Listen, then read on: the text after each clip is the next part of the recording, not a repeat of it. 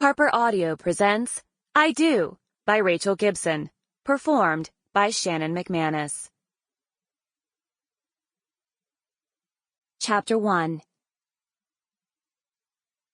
At the age of 23, Rebecca Ramsey had found her passion, her love, her creative calling. While some artists worked in oil or fabrics or clay, Becca worked in hair. While other girls her age were still in college, trying to figure out what to do with their lives, Becca had mapped hers all out. Since graduating from the Milan, Texas, not Italy, Institute of Cosmetology a few years ago, she'd worked diligently perfecting her passion, her love, her art. Becca was good at cuts and blowouts, fabulous with highlights, ombres, peekaboos, and dip dyes. But when it came to the updo, she was a true master. She excelled at creating everything from simple French knots to complicated runway hair, complete with twigs and birds and working fountains. Of course, there wasn't a lot of demand for runway hair in Amarillo, Texas, where she lived and worked, and absolutely none at all 60 miles north in the small town of Lovett, where she'd been born and raised. But this was Texas, where special occasion hair was in high demand. The bigger the hair, the closer to God. Was not just a saying in the northern panhandle.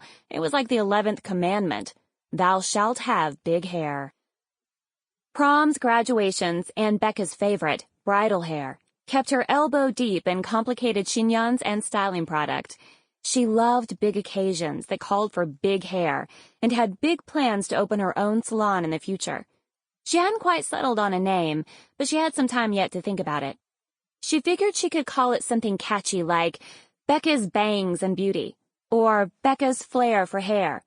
Or she could go for classy, like Salon B, or Creative Hair Design. Or she could go for fun and funky, like Fringe or Bouffant. Beneath the bright June sun, Becca reached across the seat of her Volkswagen Beetle and grabbed her sunglasses out of her Coach bag, sitting on top of several bridal magazines. She slid on her cat-eye sunglasses like she was Audrey Hepburn and adjusted the visor. Typical of a Sunday afternoon in the Panhandle, traffic from Amarillo to Lovett was sparse, except for the occasional truck pulling a bass fishing boat or a couple of four-wheelers. Becca had driven this particular stretch of road so many times she drove it by rote, barely noticing the clumps of grasses and windmills stirred by the breeze.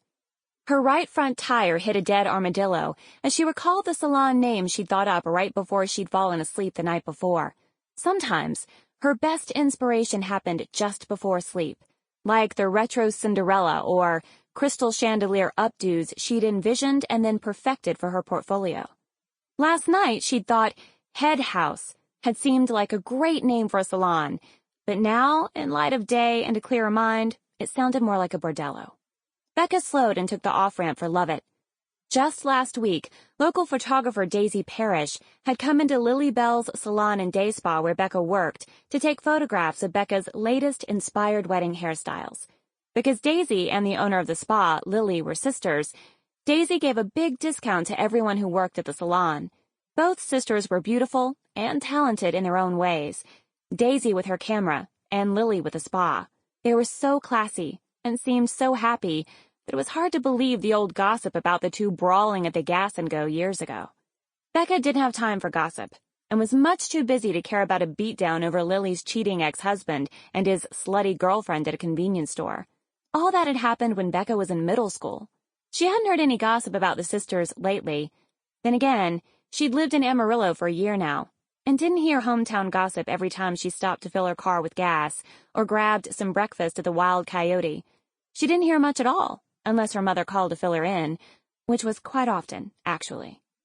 Right now, talk in Lovett revolved around the wedding of Sadie Hollowell and Vince Haven. It seemed the small town had its collective panties in a bunch because the couple had chosen to have the wedding at the J.H. Ranch, named after Sadie's late father, Clive Hollowell, with only close friends and relatives in attendance. There were a lot of people in town who thought Sadie owed them a big doin's, simply because the Hollowells had settled in the Panhandle when Lovett had been nothing more than a stage stop and general store. The ranch was a deeply embedded part of Texas history, almost as much as the Alamo to the south, but without the Revolution, or Siege, or James Bowie. Secretly, Becca wished the wedding was going to be a big doings too. Sample complete.